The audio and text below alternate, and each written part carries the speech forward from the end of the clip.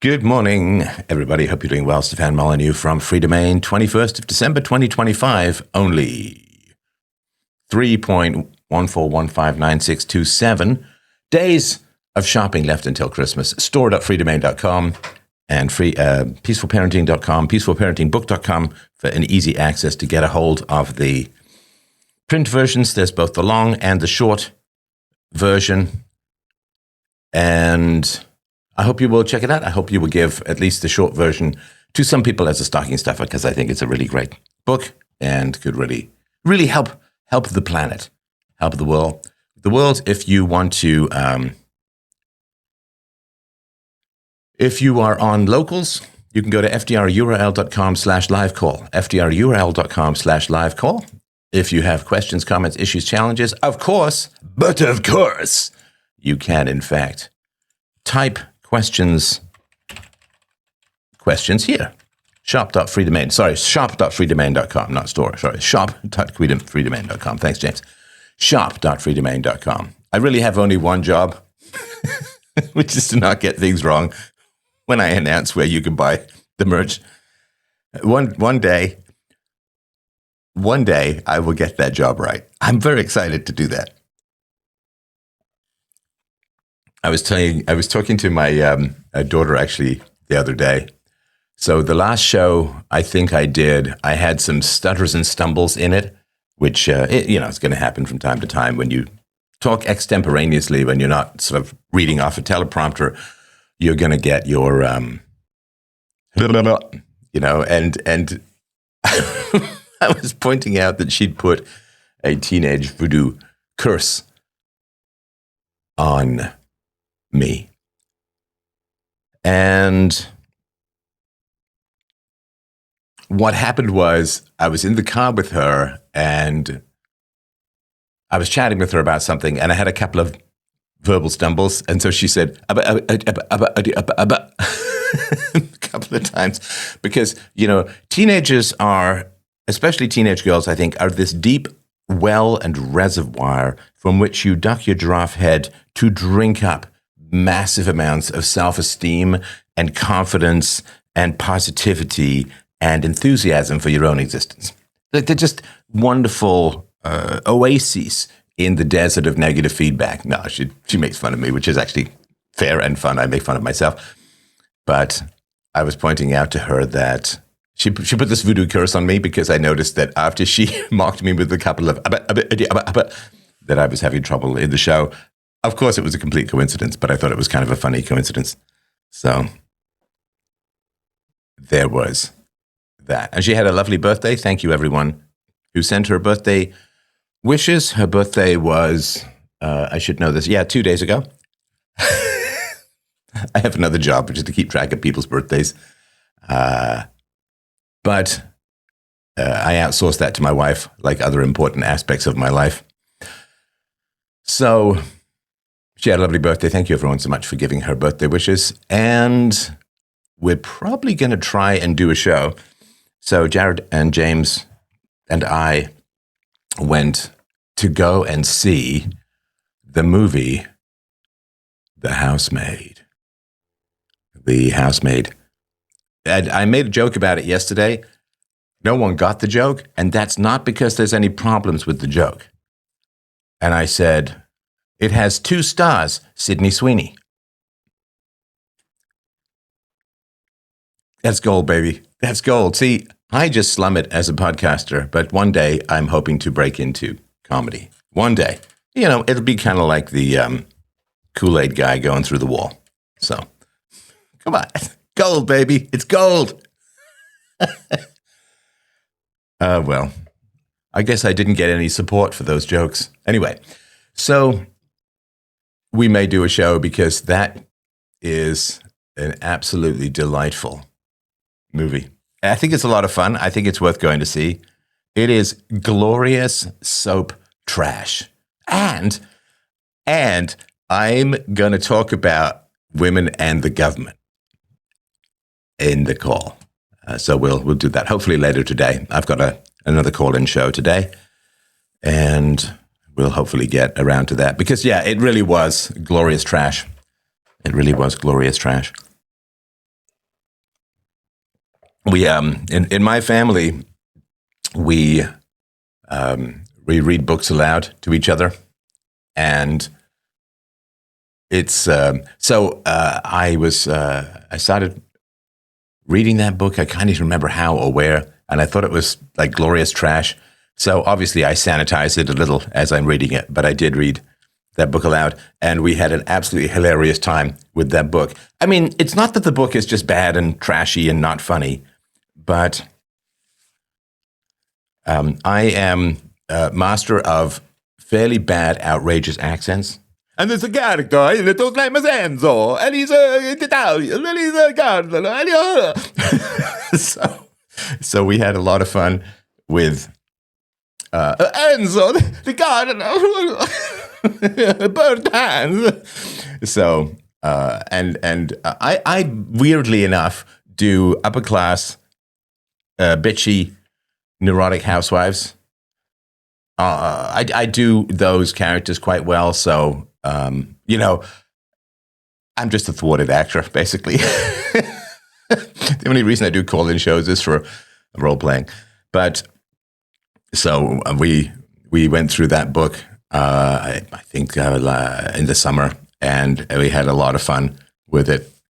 And because what we do is we'll read a chapter and then we'll write down what we think is going to happen next, and whoever's closest, wins the next, like deciding the next day's outing and stuff like that. So we went through that book, and so when it was heard it was being made into a movie, which it should be, like it's a good story. It's a good story, but it's interesting, yeah, because well, I don't want to give any spoilers, so we'll do it later on today, but it was unabashedly glorious. I mean, there's a whole genre, and it's a massive genre, which is, pretty people in beautiful houses doing terrible things. It is your basic revenge against the rich, resentment, and so on. But yeah, pretty people, and it's always the same. It's almost the same. There's a guy with a completely ass stapled to the chair desk job who has the most glorious physique known to man. I mean, don't get me wrong. I've seen some male buttocks over the course of my existence. Heck, if I'm feeling limber in my neck, I can even see my own. But I have seen some buttocks over the course of my life, and I would say it's rare to see rounded vanilla scoop cakes like this guy has. Whew. Something else, man. Man, bro doesn't even need a chair. It could be a stepladder if you need to change a light bulb. Ooh, is that a spoiler? Maybe. All right. So we will get to that later today. But I would recommend the movie. And it is really fascinating to see the female tropes play out. And it's a good story. People who were like, oh, it's so whatever, right? But no, those kinds of stories, it's like a really good hook for a song. They are not easy to write. And a story like that is not easy to write. All right. So call us if you want to call. You are welcome. We can talk live. And what do we got for questions here? Steph, did you see any of the Epstein 0.8% of photos released? And they already look really bad.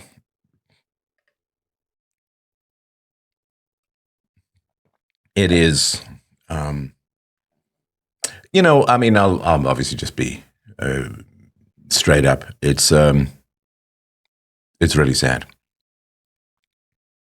It's really sad.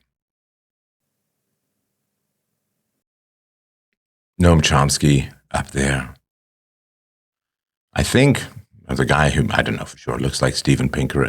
I think somebody was trying to take a photo and hit video record by mistake because there's like a 3 or 4 or 5 second clip of Jeffrey Epstein and a guy who looks like Steven Pinker. I don't know if it is or not. And there's this plaintive girl's voice saying, "Where are you taking me?" To hell itself. To hell itself. It is monstrous. It is monstrous. Now, that's nothing compared to what they have. I mean, Jeffrey Epstein had hundreds or perhaps thousands of hours of video and compromat on CDs and other storage medium that were all over his brownstone and all of that. And it all just vanished. It all just, they went in, they saw it all. Next time they came back, it was all gone. Nice, tidy cleanup. So this is, I think, the under-discussed aspect of the Epstein story. I mean, there's the obvious, of course, it's blackmail and nobody can tell the truth. Like in Australia, there was a bunch of celebrities who came up to talk about, I don't know, like after the, apparently it's Bondi Beach, not Bondi Beach, because somebody had a stroke when they were talking about it. They're shooting, and a bunch of celebrities came up for a PSA afterwards. And people think this organic. It's not. It's not at all organic. What happens is somebody wants celebrities to do a PSA about Islamophobia or gun control or whatever. And they call up people's agents, and the deal is clear. Like, you do the PSA or you're blacklisted. Like, nobody's doing it voluntarily. They're just a bunch of hostages to their own vanity and ambition. So none of that is organic. I don't believe anybody believes anything. It's just like, well, if you want to have a career, because you don't want to say, there'll be articles written about this PSA, a public service announcement, and then it'll be like, well, Bob, we contacted Bob, but he just outright refused to do it. I mean, he refused to cut a PSA against bigotry. I guess that tells you everything you need to know about Bob. And then, so it's not, none of this stuff is organic. None of it is, you can say it's voluntary. Sure, it's voluntary. But see, here's the thing. Actors are supremely controllable because they can't do anything else. They have no other skills for the most part. So actors, the old saying, how do you give an actor CPR? Right? They live for attention, right? They live for attention, and they can't survive without it, and they can't do anything else. So I remember, not that he was an actor, but I remember somebody asking Freddie Mercury, what would you do if you weren't a musician? He's like, I don't know, be a stripper, maybe. No skills. They have no skills in any other area. I mean, how often do you hear of actors quitting the profession and getting real jobs that contribute something other than largely anti-white propaganda to the world? It's not very common. So it's not like they have a bunch of options, right? What are they going to do if they're not actors? Would you like fries with that? And I know this. I know this one really well because I spent almost 2 years at the National Theatre School and spent quite a bit of time around the acting world. And I've hired actors, produced my own play, and they're kind of useless as tits on a bull unless they're yawping at high volume on the boards. So yeah, they don't really have any choice about this. So, but I think that the under-discussed aspect of this is that you have, and this is true of the BBC as well. So you have these individuals, these organizations, these groups, all claim to be deep foundational experts at the identification of evil. They're scanning, man. They're long-range scanners. They can reach across the world into other people's minds and imagine what's in there with almost perfect accuracy. Right? Well, secretly, he's a racist. Secretly, he doesn't say it, but like they can mind read across the world. And they can, like with the whole fine people hoax, right, from Charlottesville with Trump. So Trump said neo-Nazis should be condemned. White supremacists should be condemned, which, hey, I got no problem condemning white supremacists as long as you're condemning all the other racial supremacists and ethnic supremacists and religious supremacists. But if you're not, you're just a fucking racist. So I don't care what you have to say after that. Yeah, if you want to condemn supremacy, fantastic. Make it blanket. Make it blanket. If you're only singling out whites, you're just a racist. This is very boring. So, but people were like, well, no, but secretly, or I know what was in his mind. I know what was in his heart. So somebody can look into a camera, compassionately say, I condemn X. And they can say, no, but secretly, in his heart of hearts down there, in the brain worms of his bone marrow, he really supports it.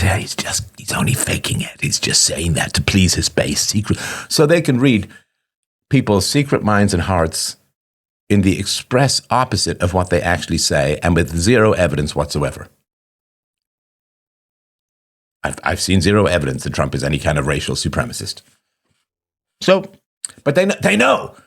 In the absence of evidence and with passionate speeches repeatedly to the contrary, they can vault over all of that and they can burrow into people's secret hearts, arise in the chamber of their unconscious prejudice with perfect 100% sniper-like accuracy.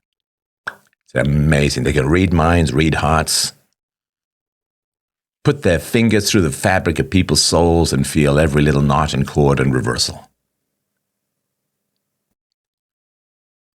And these same people are hanging out with Jeffrey Epstein totally fine. Some of them, even after Jeffrey Epstein was convicted for sex crimes.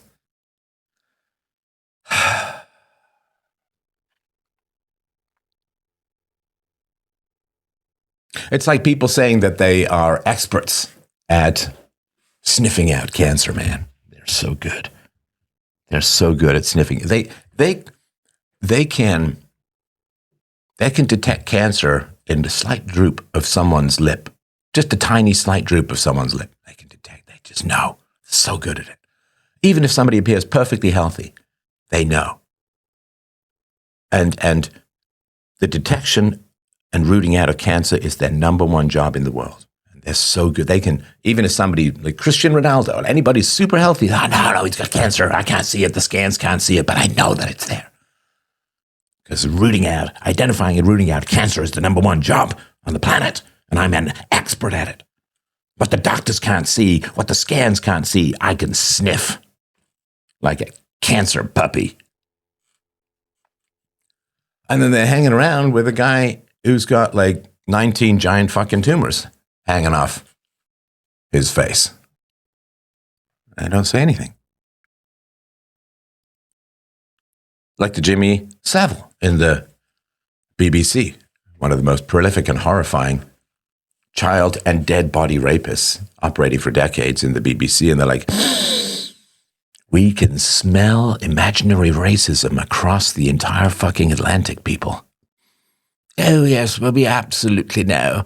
We know what's going on in the mind of the Yanks, don't you know? We can smell their bigotry, xenophobia, Christian nationalist racism from all the way across the pond, even with people who show no evidence of it and deny it continually. We know.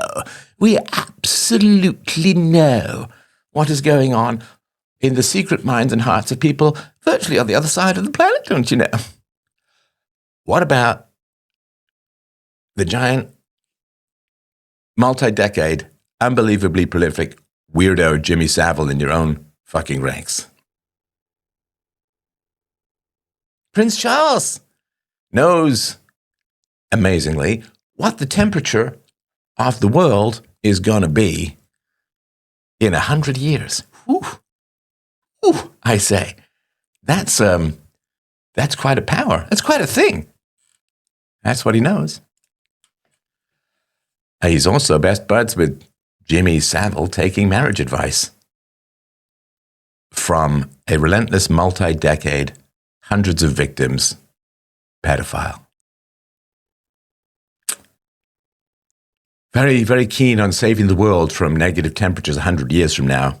Not so keen at actually being able to identify rampant evil in his midst. So if you didn't see this kind of stuff, why would I listen to you about anything moral ever? Ever. Ever. I mean, they're either participants, enablers, or completely blind to foundational moral evil. What Jeffrey Epstein was up to was foundational moral evil. I mean, you can't get much more evil as a whole.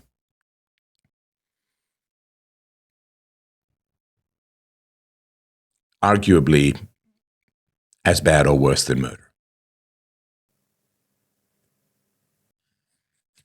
I mean, targeting kids with this kind of horror.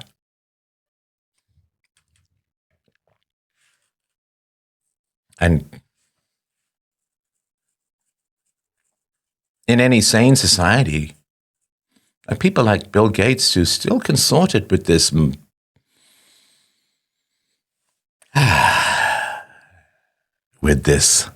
Mr. Epstein after conviction.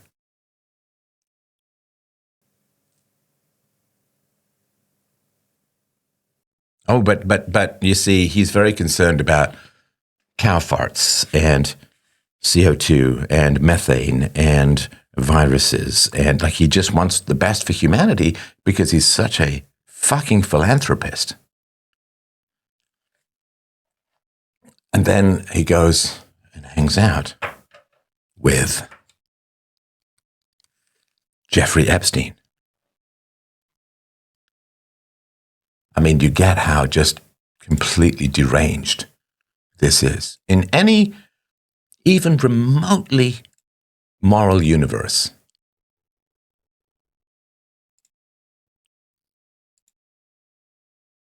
anybody who hung out with this guy would never be taken with any seriousness about any moral or ethical or good for humanity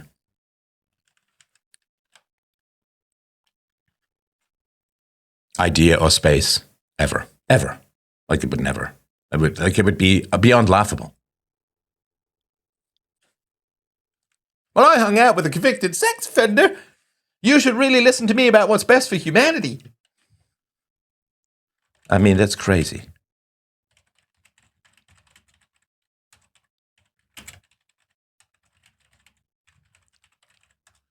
Oh, madness. But you know what it is? I think I know what it is. Yeah, Bill Gates met with Jeffrey Epstein multiple times after Epstein's 2008 conviction for procuring a minor for prostitution. Gates began meeting with Epstein in 2011 with numerous encounters, including at least 3 at Epstein's Manhattan townhouse and one extending late into the night.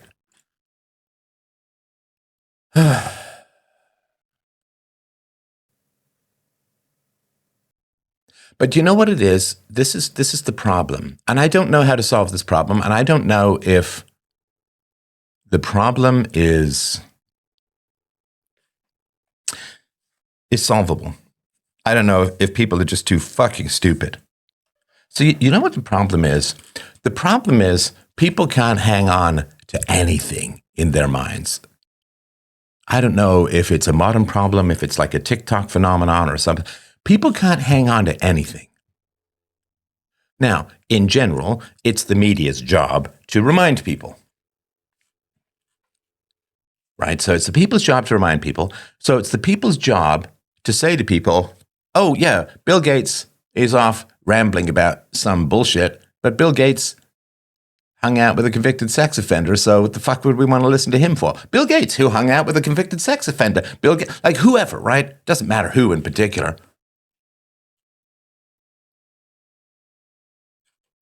Now, of course, a lot of people say, look, there's a photograph with me and blah, blah, blah, it doesn't matter. It's like, okay, fine. Let's just say you just had dinner with the guy. Let's just say you were at a dinner table with Jeffrey Epstein.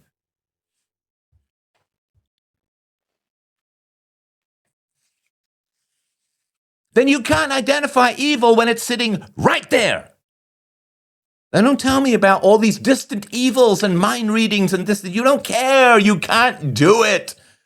If you can't see somebody with 15 fucking tumors hanging off their face right in front of you, don't tell me that you can detect tumors on the other side of the world from people who are perfectly healthy or appear perfectly healthy. That's all I'm saying. Anybody who was in any substantial proximity with, Trump barred Epstein from Mar-a-Lago because Epstein was creeping on some teenage girl.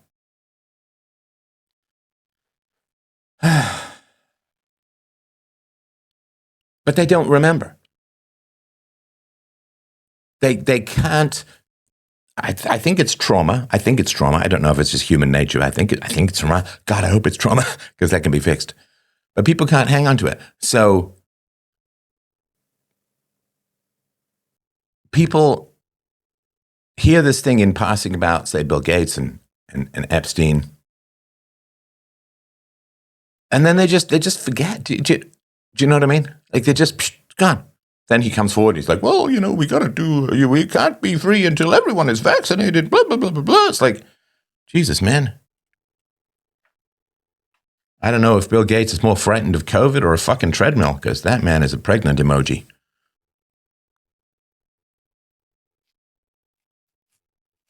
Do you care enough about your health to, I don't know, exercise? It's just a thought. But they remember this, and this came out when Melinda Gates divorced him. I'm not sure we know exactly why, but I think it has a lot to do with whatever she found out about her husband and Epstein.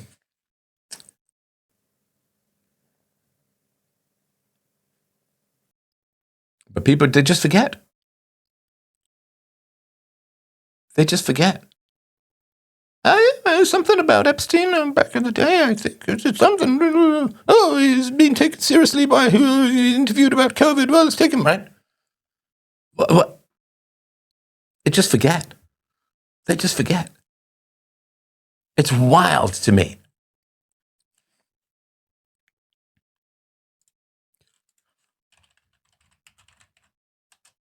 It's wild to me. They just don't remember.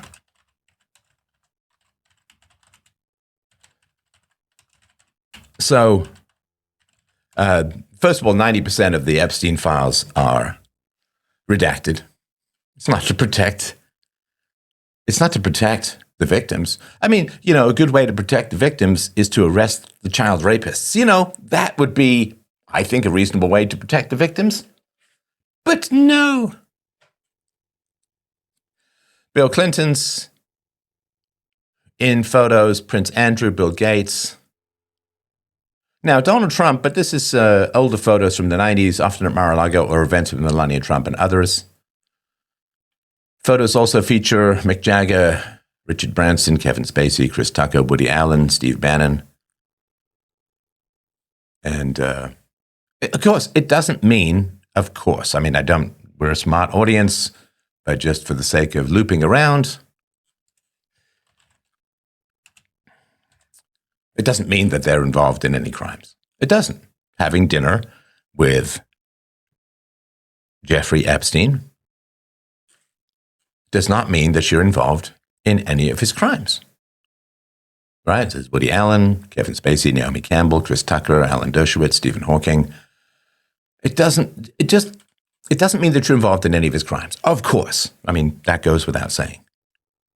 But it does mean that you can spend considerable time with a horrendously prolific sex criminal who targets children,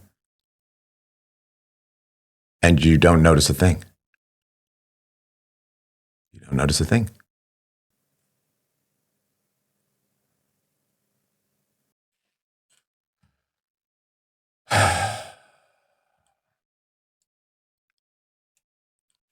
Sergey Brin.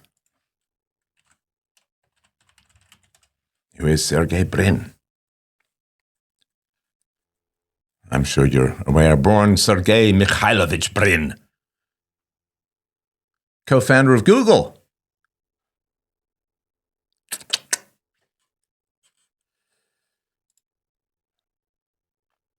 Undated photos released in December 2025, this month, show Brin at a 2011 social dinner event.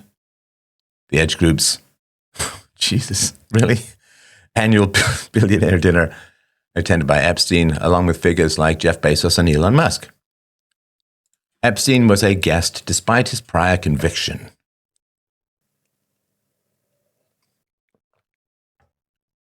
Other images show Brin in social settings from Epstein's collection. There's no evidence of wrongdoing or deeper involvement by Brin in Epstein's criminal activities.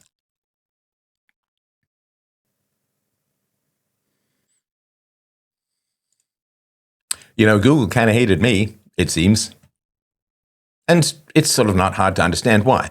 I don't take any particular major credit for my work bringing the truth out about Jeffrey Epstein. I mostly interviewed others who did this, and in particular, giant praise should go to the Miami Herald and to Mike Cernovich, for their rather heroic work on lawsuits to unseal the documents.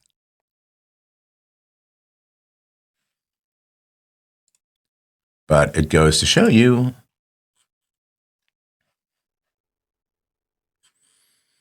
that, one of the reasons why Google might have disliked me anyway. I think we all understand this, right?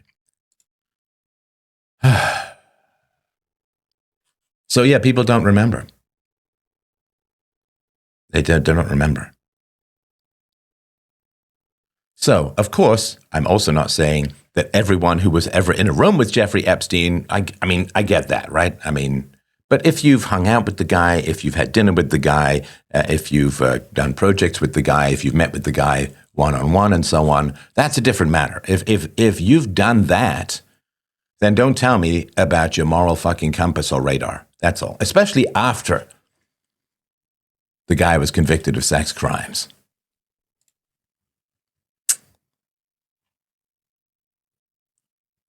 That's all. All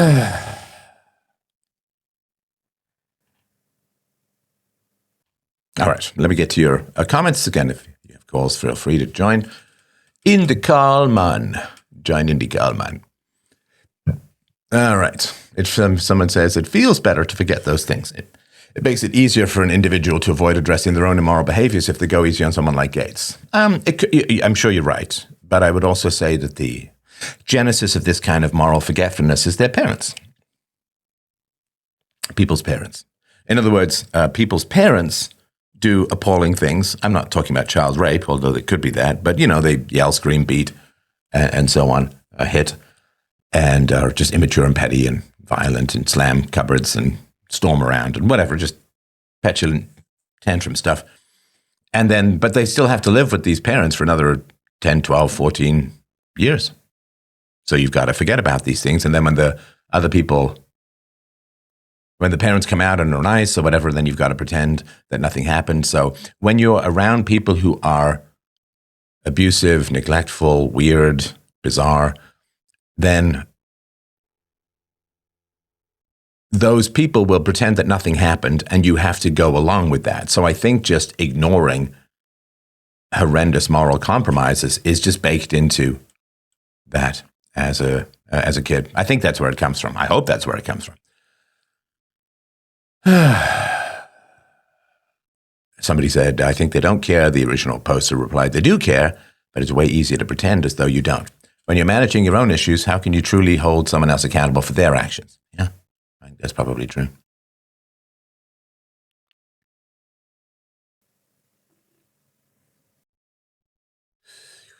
Amazing speech, thank you. Fidel Castro hung out with Epstein. Is that true? Interesting. This is the basic idea many people don't seem to understand. If someone or an organization does immoral things, you can't then assume that they are doing anything in good faith at that point going forward.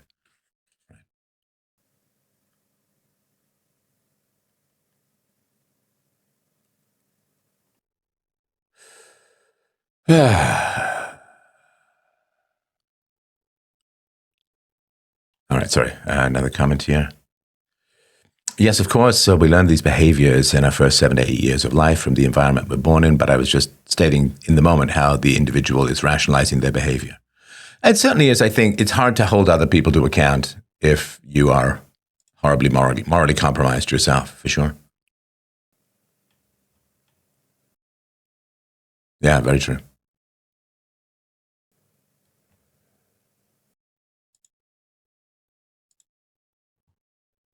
All right. Any other questions, comments, issues, chatty chats? And I really do appreciate it. Of course, I just also want to say thank you guys so much for your support of freedomain.com. freedomain.com/donate. It is It is a challenge. Thanks for reading my comments, Steph. It's a real thrill. Smiley face. You are very welcome. Well, I appreciate the comments. Very, very incisive and very, very smart. All right. Hey, Steph, whenever I find a good woman, she is always dating someone else. It seems like I will just have to steal one from someone else. Any advice on how to do that? Well, if she'll cheat with you, she'll cheat on you. So there's only one really honorable way to get another guy's girl is to sort of be around and be better and let her break up with the other guy and see your value. I mean, it's the old joke, like 1v1 versus 1v20, if you're going after a girl who's got a boyfriend. But I've certainly been attracted to women who are in relationships with men as part of my eternal hatred to drummers. But anyway, so what do you call a drummer without a girlfriend? Homeless. So you can be around and you can be better and see if she chooses more wisely. That's all. That's all. Don't sleep with her when she's in a relationship. That's an indication of a bad character, and what you get will not last and will not work. So, although I did know someone, I don't think the relationship was great, but I did know someone who got involved with a woman when she was pregnant with another man's baby. Anyway, that'll be a story that will never be told. Anyway, so, and I think they lasted for a while. But be better than the boyfriend and hope that she notices and chooses better. That's all. But don't plant seeds and don't be manipulative and all of that. Just be honestly a better person than her boyfriend. And if she's a quality woman, she will choose a better. And if she's not, she won't. And so it's a filter to see, is she capable of recognizing quality? See, you can't be in a relationship with a woman that lasts if she doesn't recognize quality. You can't be in a good relationship with a woman if she doesn't recognize quality, or if with a man, if the man doesn't recognize quality. You cannot be in good relationships with people who don't recognize quality. So just be a more quality person and see if she notices. And if she doesn't, then you don't want to be in that as well. As somebody says, oh, Monsieur Kind, I wanted to ask about the holidays and the expected, quote, giving. I know many people struggle with it, meaning they want to enjoy the holidays, but don't feel good about just spending to meet expectations. Hey, I'm a drummer and I've done well. Come on, man. I know, it's very petty. It's nothing to do with you. It's all on me. It's all my fault. It's all my pettiness. I mean that with great and deep sincerity. I don't know if you've seen the movie with Nicolas Cage. He's like an angel. And the woman says, because he keeps meeting this woman in the park, looking kind of scraggly, and she says, are you homeless? He's like, no. She's like, are you a drummer? What's more likely to be homeless than a homeless guy? A drummer. So no, I'm just kidding. I love a good backbeat, and so the backbeat that is narrow and hard to master. Good for you, man. Obviously, it's just my complete pettiness about things from decades ago. All right. It's just spending to meet expectations. So some of the most thoughtful gifts I've ever received have been completely free. Cost the person nothing. You know, somebody, my daughter, of course, when she's younger, she made me pictures and so on. She even gave me a lovely Rocket League card for Father's Day this year, and keeps asking me if I've actually got around to practicing. So I don't think, and you know, with my daughter, when she said, well, what do you want for Christmas? And I'm like, please just make me something. That means more to me than anything. You know, I have a mug that I'm hesitant to use because it was a mug that my daughter made when she was very little with Dad, and, you know, lovely patterns and hearts and all of that. And it's like, I will be buried with this mug. Hopefully not soon, but I will be buried with this mug. That's in my will. But I mean, those things are the best. I mean, I think you've all been to, you know, kids' parties where it's just an endless cavalcade of gifts, and you know they're going to be played with twice and then donated, and it's all just a big waste of time, effort, energy, and money. So things that I mean, either things that you need that you wouldn't buy for yourself. So gifts are for things that you would like, but aren't necessary and you wouldn't buy for yourself, right?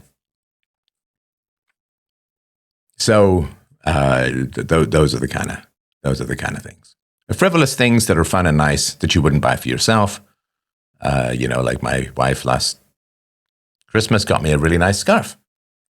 I'm like, I've got a scarf, but she's like, no, this one's really nice. This one's really nice. I don't know why she's not Italian. It's a nice scarf. I can put it on your neck. And he's also Transylvanian. So I'm not good at accents, but I pour heart and soul into them. And whenever I do a bad accent, my daughter is like, oh no, I got booted out of theater school. I don't know why. Because again, the deep well of self-regard that is available from the teenage heart is virtually bottomless. But yeah, so she got me a scarf, and you know what? It's really nice. It's a soft scarf. It helps me know if I've shaven, when you got a scarf in the winter. Enzo, give me a scarf. That's right.